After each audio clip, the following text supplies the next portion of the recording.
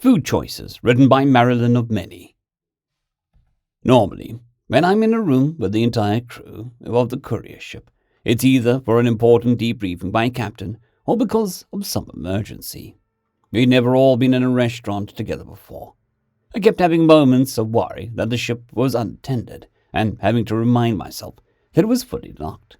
Any of our biometrics could unlock it, and no one else would get past the hatch. It was fine. We could celebrate how good business had been, with the captain paying for everyone's food, and there was no need to fret. It was still bizarre, though. Almost as bizarre as some of the food I'd seen on other tables. As we made our way to this one, the city was a cultural hub like few others. Well, probably like many others, but they were very proud of themselves on that account, and this restaurant was a fine example. "The server will bring appetizers first," said Captain Sunlight, scaly hands folded on the table in front of her with infinite dignity. "There's no charge for these, and the server will likely decide for you what you want. They were pretty good at guessing last time I was here." "We shall see," Z said with a flick of his antennae. He sat on an angled mat instead of a chair, since the restaurant had seating accommodations for all body types, including praying mantis-shaped bug aliens.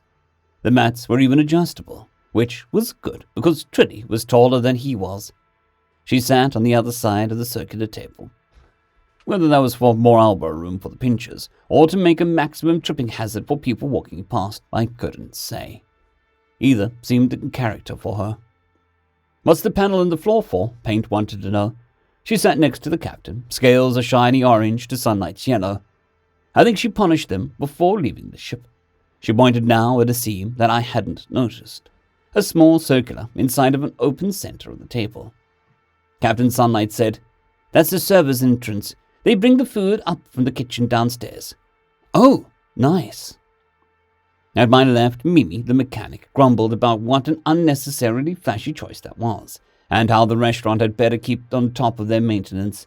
He gestured with his tentacles as he talked, sounding like he spoke from experience. "Anything that moves can stop moving, and usually at the worst time." He also sounded like he gargled with engine grease, but he always sounded like that. Fast-moving tentacles from further down turned out to be Weo and Mer, who'd discovered a game I didn't recognize on a digital menu panel set into the tabletop. They were snapping away at something with competitive speed, and Mer seemed to be winning, which was probably nice for him, given how often he lost at card games against the captain. On my other side, Blip wrinkled her fishy nose. "I was about to say something smells good, but—" "Then you smelled that?" asked Blob. "What is that?" He turned to look at the neighboring tables, nearly elbowing Coles in the head and immediately apologizing. It was a good thing he missed, since that much muscle would have hurt. "No harm done," said Coles with his usual calm. I don't think I'd ever seen the little lizard guy upset, which was probably for the best, given that he worked on translations with Trilly.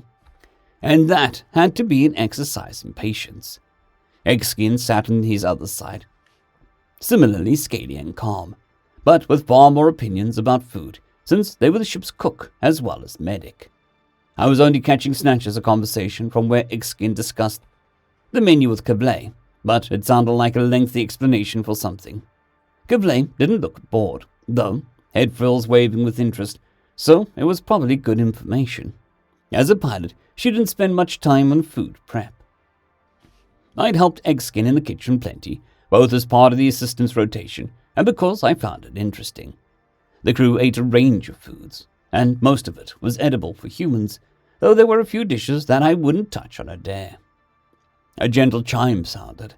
Before I could ask what it was, the trapdoor sank down an inch, then slid aside. A column rose into view that turned out to be a water will. The gelatinous aliens that followed very few biological rules that I was familiar with. This one had less murky innards than most, with a bunch of things floating in there that could have been organs, recent meals, or personal belongings. This voice sounded vaguely male, and it hardly babbled at all. "I hope that you all are having an excellent day/night cycle. May your experience here only improve things." It kept raising up. Then, when the platform cleared the floor, it floated out into a ring of serving dishes. The water wheel sank back down in the center, and everything locked into place. Now, whose idea was it to dine at our fine establishment?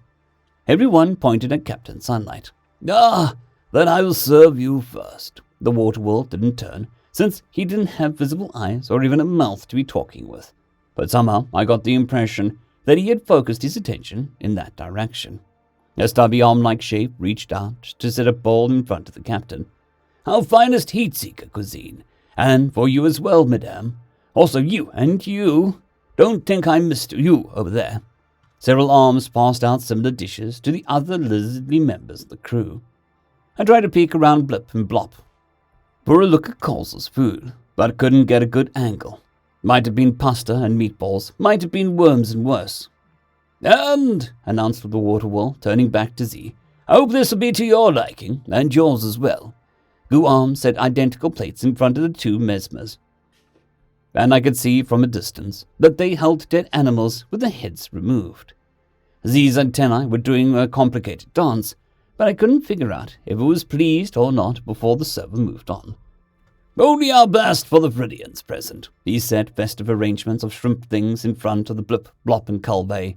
Really artistic, good presentation.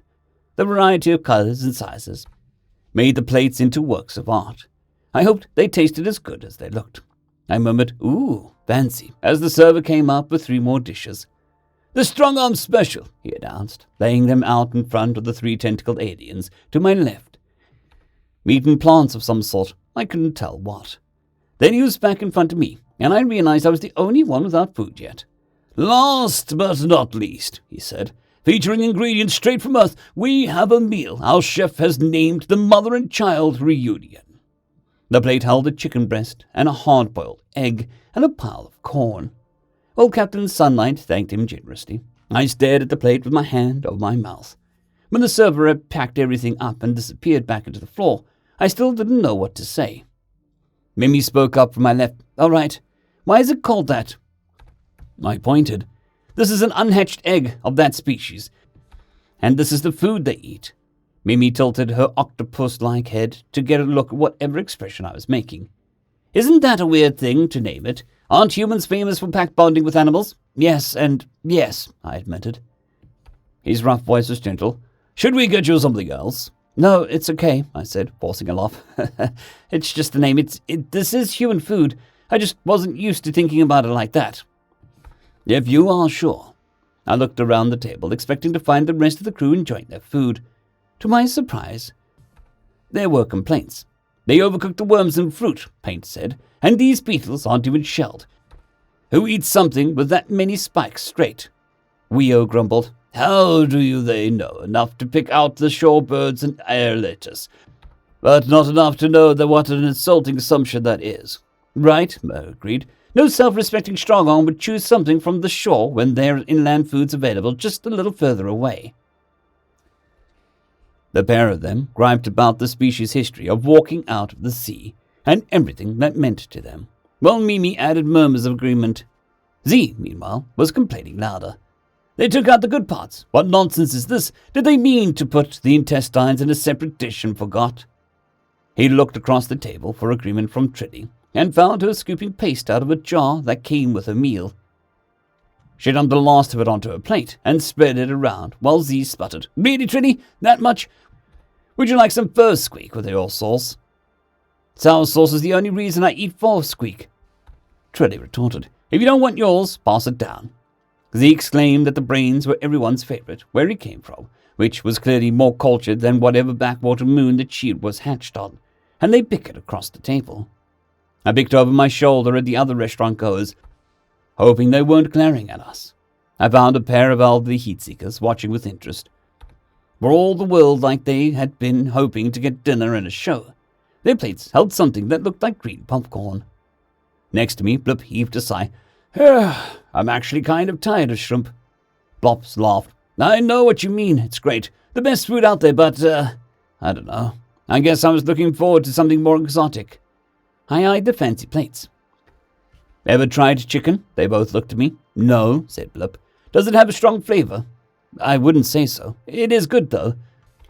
Popular on Earth for a reason. Here, I'll trade you a bit. I separated a chunk and handed it over while Blip put a bright pink jumbo shrimp on my plate. Can I try the egg?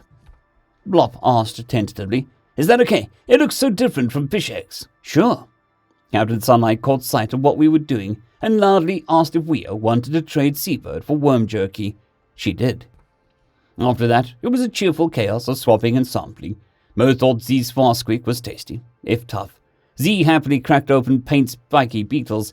Trilly found that her favorite sauce was also good on shrimp. Egg skin and coals both liked the corn. Kivlay said that a wrapping of Mer's air lettuce elevated her shrimp from tasty to god tier. By the time the server appeared again to take our orders for the rest of the meal, we were all ready. I've never seen a waterworld look that surprised as when he heard some of our choices. End of story. I'd greatly like to thank our Tier 5 channel members, Casper Arnholt, John Creighton, Manatharia, 050, Dragzoon WRE, and Elijah Silvercross. Thank you very much.